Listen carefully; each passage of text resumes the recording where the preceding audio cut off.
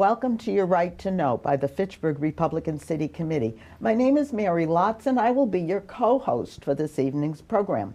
Joining me for the very first time in co-hosting duties, this is going to be so much fun, is Abigail Trott. Now, Abigail is a homeschool student, and this is a little secret that I'm going to let you all in on tonight, our viewers, is that for the last calendar year, all of our shows have been produced and directed by homeschool high school students who are in their junior or senior year of high school.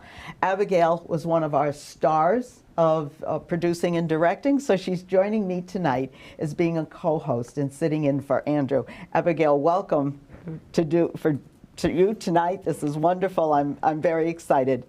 And so now our special guest, of course, is Kathy Lynch. Kathy is the MassGOP Committeewoman for Worcester-Middlesex County, but also you're on election integrity, you are the MassGOP co-chair of Election Integrity Task Force. Yeah, it's basically the Election Integrity and Registration Committee, and I'm the vice chair. Vice chair. Okay, thank you. Kathy, you've been with us numerous times before, but if you'd just like to tell everybody again who you are, probably a little different than what I just did, but. Yeah, so again, I'm a Republican State Committeewoman for the Worcester-Middlesex District. This is my 5th year, going on 6 years as a State Committeewoman. I've worked as an election officer for about a decade. I have been the chair of the Republican Town Committee in my town of Westford. And right now I am as we just said, the vice chair of the Election Integrity and Registration Committee. I'm also on the Resolutions Committee and one other committee, if I can remember, the Bylaws Committee. So very, very active as a Republican in Massachusetts.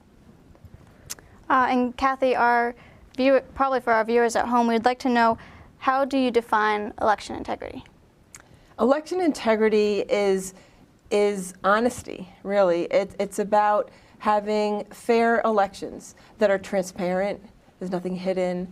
They're open. Anyone has access to it. And that it's just basically run fairly and with honesty. That's a great explanation. This year we have at least 3 ballot petitions specifically written around election integrity, your specialty. We have Show ID to Voter, Open the Voter Polls so everybody can see who's voting, and Ending No Excuse Mail-in Voting. What do these petitions mean, and how do they relate to election integrity? I think the easiest one to understand is the voter ID, right? Mm-hmm. We need an ID to do a lot of things in society. So we're asking for people to show and prove that they're a voter, that they are eligible to vote. So that's what voter ID is about. And Mass for Fair Elections has written a nice little kind of pamphlet about what all 3 petitions are about, the kind of the main points. And I want to accentuate 2 of them on that one. It stops, the voter ID is right here. It enables a voter without a photo ID to vote by signing an affidavit attesting to identity, residence, and citizenship. The reason why people need to know this is because if they don't have a photo ID, at least they can sign an affidavit testifying to their identity. And I think also you should know that it provides a voter identification process for people who vote by mail. Right now we have vote by mail, but no one has to show an ID. And that raises some flags. It's like, well, how do you know who's mailing that ballot? So those are 2 parts of that ballot initiative. And then the next one you're talking about is early mail-in voting. And that's this no excuse mail-in voting where people just, they just do it all by mail. And it's increasing in popularity right now. Oh, it is. But even though it was brought out for COVID-19. Yeah, it was brought in. It wasn't supposed to, we'd never done it before, but they just kind of brought it in through there. And it was a little bit of a convenience that they took advantage of, I think. I think so, and may have been planned. But what it did was it opened up a lot of vulnerabilities because there's no real chain of custody with it. And I'm going to go again to this. There's 2 points that I want to point out. This ballot initiative stops mail-in ballot application delivery to addresses for individuals who no longer reside in Massachusetts.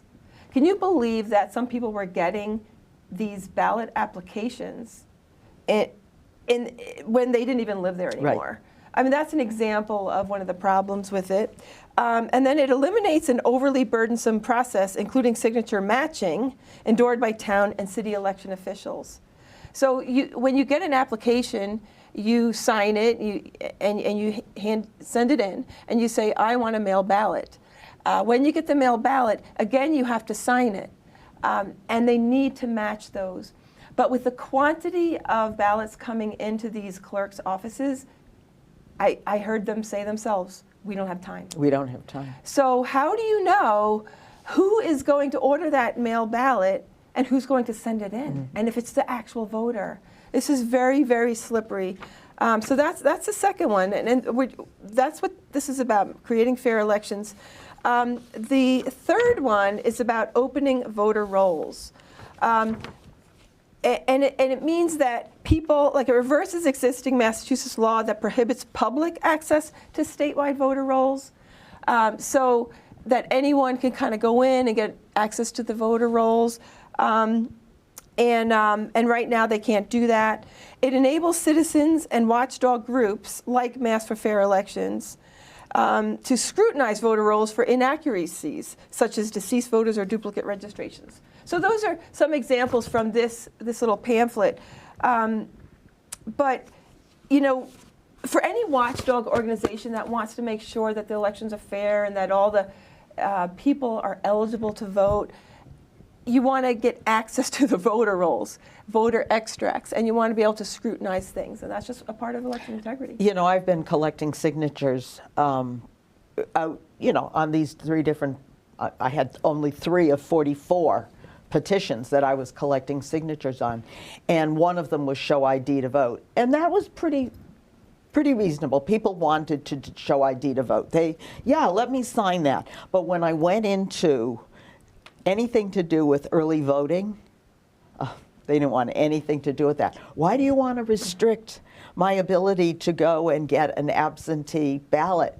I love getting absentee ballots. See, we've made it so easy that it's one of those things that once you give somebody the opportunity to make it easy, they never want to give it back. And that was very difficult. You know, but I like going in person. You know, there's something about going into the community, and you're probably too young to vote, right? Oh, I am. I'm old enough now. Oh, okay, good. Okay, so you can go in, but there's something about going in and saying hi to your town staff and employees there, and maybe some neighbors as you go by, and knowing that you check in, you get the ballot, you put it in the machine, and you're the only one who sees it. Mm-hmm. Whereas in mail balloting, I don't even know people know this, someone is opening your ballot and they can see your vote. There's no privacy now. Where is the anonymity, right? Right. And so your neighbor could go, oh my goodness, look who she voted for. Right. And, technically, it's not supposed to happen, but human nature being what it is. It is, and I know sometimes they do it real fast, whatever. But if someone sees a name that they're like, I wonder how they voted, they can see it. And I just want people to know that. So I personally like to vote myself, even though it may be easier and more convenient for some people. And these provisions in these ballot initiatives do allow for people who are overseas, you know, with military or handicapped or whatever, you know, they can have access to that absentee balloting, but not no excuse mail voting. You know, one of the things that I always am concerned about with the absentee is, we'll say people in assisted living, nursing homes, things like that, where somebody would go in. Now, you would like to think that your spouse, your child, whatever, would come in with your ballot and you could fill it out privately, and then it would be put in the envelope and dropped in the mailbox or whatever. But you don't, in these nursing homes and things, we have no control over how the ballots are being given to patients, who's filling out the ballots under someone's name. We don't really know what's happening. Well, think about it. So as a mom of children, right, I can put an application in for my children's ballots. I can get them in the mail. and I could fill it out for them. Yeah. I mean, not that I would do that, I wouldn't do that, but there are people out there Who would do anything? who will do Sure. that. If they have a child that's just really not capable of voting, or they're on their deathbed or whatever, someone else can fill that out, and that's it's Or for scary. young people who just haven't become interested yet. Now, I bet you're waiting for the time that you can vote for in the first election. Yes, ma'am. But not every young person feels that way, and yet they're eligible, and someone can go in and say, my daughter Abigail and my son Jonathan, and they all want to vote. That's what I'm talking about. Yeah. Too many vulnerabilities Yeah. in this process. Yeah, and I think the word you used, that there's no real follow through to make sure that there's an integrity of line of communication all along the way. Yeah, the chain of custody. I mean, in the mail, look, they found ballots that were in boxes that were never delivered to the right place. Yes. What happens if they say, oh, look at this name, and they drop in the garbage. You just don't have that chain of custody Yeah. that it should have. Yeah. When you do it yourself, you physically put it in the machine versus you're right. trusting somebody else to do that. I think so. Yeah. Have I convinced you to vote in person? Well, I wasn't even considering mail vote, so. Okay. You're going to be very proud the first time you go to the polls. One thing you could do is you can order a mail ballot, but then just go in and do it in person anyway. Well, in fact, a lot of people do that because I work the election polls, and a lot of people, we actually on our poll pads will show anybody who pulled an absentee or early voting ballot. It's the same ballot, but it is classified that you came in, and we'll have to say to them, you got an absentee ballot, you got an early voting ballot. Did you send it in? We still ask them, even though it would have showed if they turned it in, but we still ask them just to make sure. We can't take that blank ballot. We say throw it away when you get home. Make sure it's thrown away. Some people will bring it in and they'll say, I didn't fill it out. That's fine. You bring it home. You can vote here today now. The second thing we want to talk about is auditing the legislature. Now, this was based on a petition. This is the 2025 year. This was based on a petition drive in 2024 that received, 72? So please, go on and tell us about Well, that. 72% of the people want this, and this is bipartisan, the right and the left and the middle. They all think that it's reasonable to have an audit of the legislature so that our tax dollars are recorded and that we know how our money's being spent. And so it's a reasonable request. Other states are doing it. Most of the states, if not all of the other states, are doing this. And it was approved by Andrea Campbell, who is our Attorney General in Massachusetts. And then once the people vote for it, very overwhelmingly, 72% is very high, they start stalling. Mm-hmm. And they say, I'm not sure we want to do this. So you've got the Massachusetts legislature, which 30 of them are Republican, 168 of them are Democrat, and most of them, the Democrats, I think, party line, except for maybe one or two, don't want the legislature audited.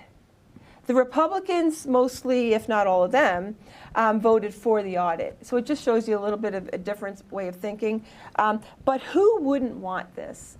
And so what's happening is that the Attorney General and the governor, who's being silent about this, Speaker Mariano, House Speaker Mariano, and Senate leader Karen Spilka, are just putting the kibosh on it. They don't want this. And it's causing people to say, what are you hiding? Mm-hmm. What are you trying to hide? Is there a skeleton in the closet? Why don't they want this audit?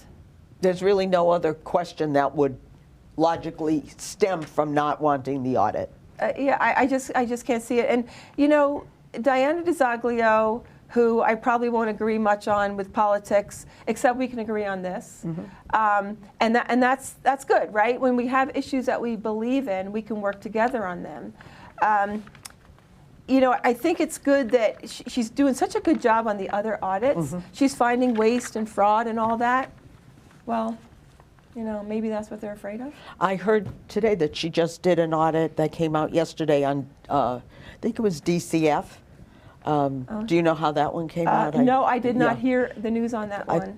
I didn't either, but I just heard that it had just come out. But she is finding tens of thousands of dollars, millions of dollars. That's our money. Yeah. And you know, we spend a lot in taxes in this state, and we want to know that it's being used the way we want it to be done. What's interesting too is that I helped to organize an event, a rally at the State House, and there were two other initiatives that were represented that day. One was stipend reform, and that's because the legislators are basically being held hostage in this way. If they vote along with the speaker, they can be rewarded. They may get a job, they may get a raise, some kind of leadership position. But if they don't, they may be punished. So for example, they may get the basement office. You know, with the cubicle. Whereas someone who just votes the way that speaker wants, they'll get the nicer office. They'll get window view. They'll get maybe more money coming back to their community for a playground or something fun like that. So it's wrong, and even the Democrats see that. They know it's being abused, and so that's why this initiative was presented to the people, and now the signatures are being collected for that. So that was represented, and that's primarily brought forth by a Democrat. And then we have, the other one was the access to public record requests. Now currently, the audience should know that the governor, the legislature, and the judiciary are exempt from public records requests. And so we don't know what they're doing. Again, this is in the dark. We don't have access to that information. Now, what does that mean specifically, just for our viewers? I'm not sure what would a public records request entail? Well, think of the state auditor. She can get information on how the tax money is being spent by getting a public record request. Gotcha. So she can get her job done another way. Another way. It's the back door. Yeah, if she can't. And you know, she wants everyone to have that ability. So you and I, and we can check, because again, this is a government using our money to run the government and to pay for things using our money. So we should know how it's being. Well, I mean, I think of recently. I mean, I think last year it was sort of itemized by the governor's office that approximately $1 billion went to housing, food, health care, education for the migrants that came to Massachusetts. But then you actually talk to some of the people who are in the know, and they say it's not $1 billion. It's closer to $5 billion in 1 year that was spent to provide all of these benefits or allotments for health care.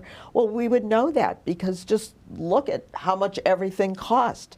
And if you're, talking housing 7,500 families for a full year, and you know that $1 billion isn't even scratching the surface. It's much higher than that. So these are the kind of things that we could find out, the true cost. They can tell us anything. And you know what, Mary? I think that that's one of those things that they don't want us to know about. Sure. Because it's not very popular with the people. When you have people struggling to put food on their table, the veterans aren't getting enough money for whatever their health care, whatever. Homeless people are still struggling out there, right? They don't want to see their money going to someone who walked over the border without documents, illegally. They don't want to see their money going that way. So a lot of Massachusetts Republicans and Democrats and unenrolled are not happy to see their money going to illegal aliens. So maybe that's one of the things they want to hide. You just said there's a discrepancy what the news will tell you, right?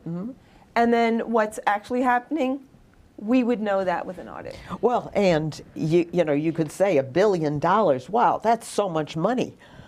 And you get angry about it. But what if you found out the real value was $5 billion?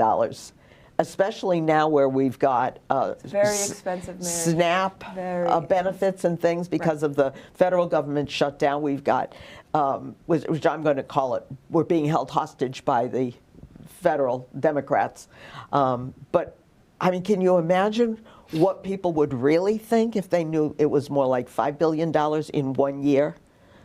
I don't know. I mean, as we're facing our own shortages. It's very interesting in this state because we're trying very hard to get the information out, the truth out, and yet people still go to the polls and vote Democrat.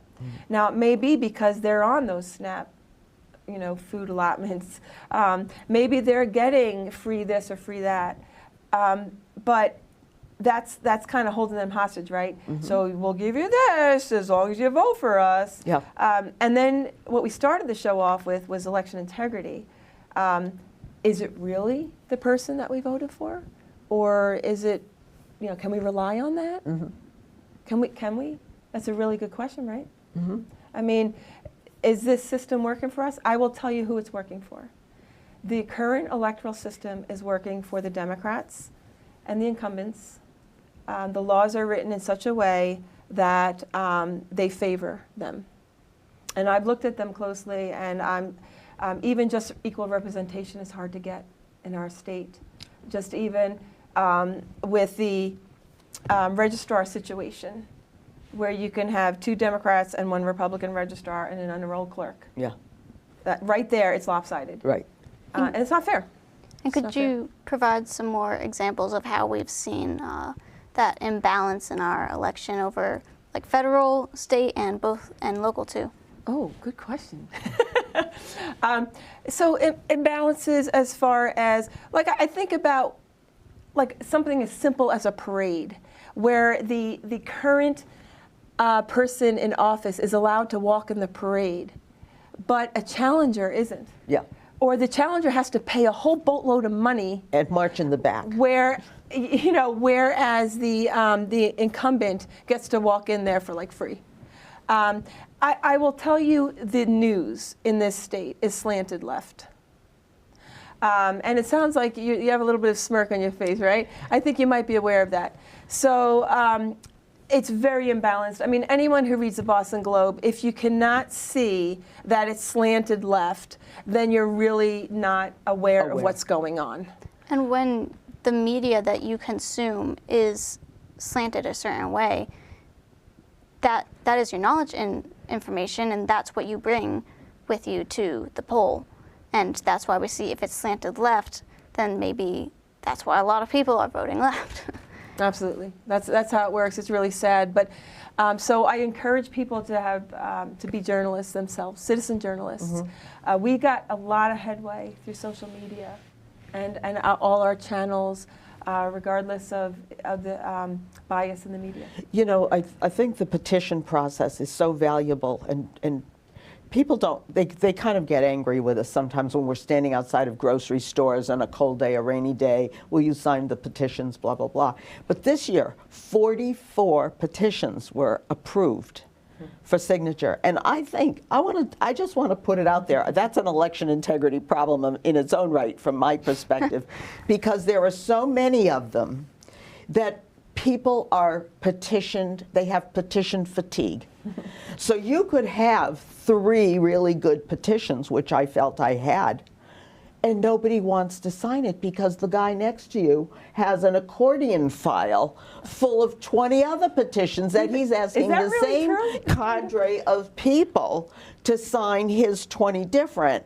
And by the time they get to me, they're like, well, they don't even sign 20. They're saying, whoa, I signed 2, that's it. You know, I think that was all part and parcel of the government, the AG's office, to allow almost everything to get through and have so many petitions out there. There's actually a bit of information I think you need to know. There were 48, I believe it was 47 or 48 that were. Oh, and we got it down to 44? But that's not what I'm going at. What I'm going at is that some of those petitions were written up, right? They were written up. But with no one putting money towards it, no one really backing it, Yeah. no one's doing anything with them. Yeah. So you're going to see maybe 30 of them that aren't even, no one's even out there collecting signatures for. So just so you know, so it's not as high as you think. How many are really seriously being worked on? I'm gonna take a guess, but I don't know. I would say maybe 12 are really seriously being looked at right now and going out there for signatures. And we need approximately, well, you need somewhere about 78,000 signatures statewide, but we all try to get about 100,000 because by the time they're discounted. And some of them are funded with lots of money, and so they pay their petition gatherers, whereas some of these are grassroots, and it really just relies on volunteers. Mm-hmm. And those are harder because volunteers, you know, they may be working instead of putting volunteer time in. Yeah, yeah. I mean, it's a hard process to go out and get all of the signatures. Have you ever done it, Abby? I have not. No, yeah. You're lucky. It's an arduous process to get all the signatures. It's the first. It's if you want to get involved in politics, it's one of the first things you do. You just work with the people. You know, you get their opinions, you get signatures, and it's the first kind of interacting with the public and with the voters. With the voters, yeah. You really do get a sense of what's going on and what the voters' sort of temperament is. Mm-hmm. I wonder if we could get those 12, like if you're like averaging around like 12 petitions, if we could get the people who are headweighing those to come together and make one petition, and then you'd combine all, like, well, you would have to have people sign it again. You can't it'd be so complex though. Imagine that. It'd be like, it would have so many provisions in it. True. You know, it'd be like a big, massive bill that the legislature is always pushing forward. It would be one big, beautiful bill. But I guess like the one, Mary, what you were talking about is by passing so many petitions, they're kind of taking those signatures and kind of like spreading them out a little bit. Yeah. So people like might sign one and then, well, I signed one, you know. And they don't know what they signed, so that's what makes it so difficult. That's part of the trouble. Kathy, Abigail, we're through. It went so fast. It went so fast. I know. Thank you very much for providing insight into all of this. Sure. We thank you for watching Your Right to Know and sitting in tonight with the Fitchburg Republican City Committee. We want you to remember that your local city or town Republican committee is your only grassroots organization that supports and holds dear your constitutional rights, your liberty, and your freedom. We encourage you to join us, or for that matter, any Republican city or town committee. You can find everyone on Facebook, because to us, the GOP stands for growth, opportunity, and prosperity for all people, and we always stand for freedom. Thank you and good night.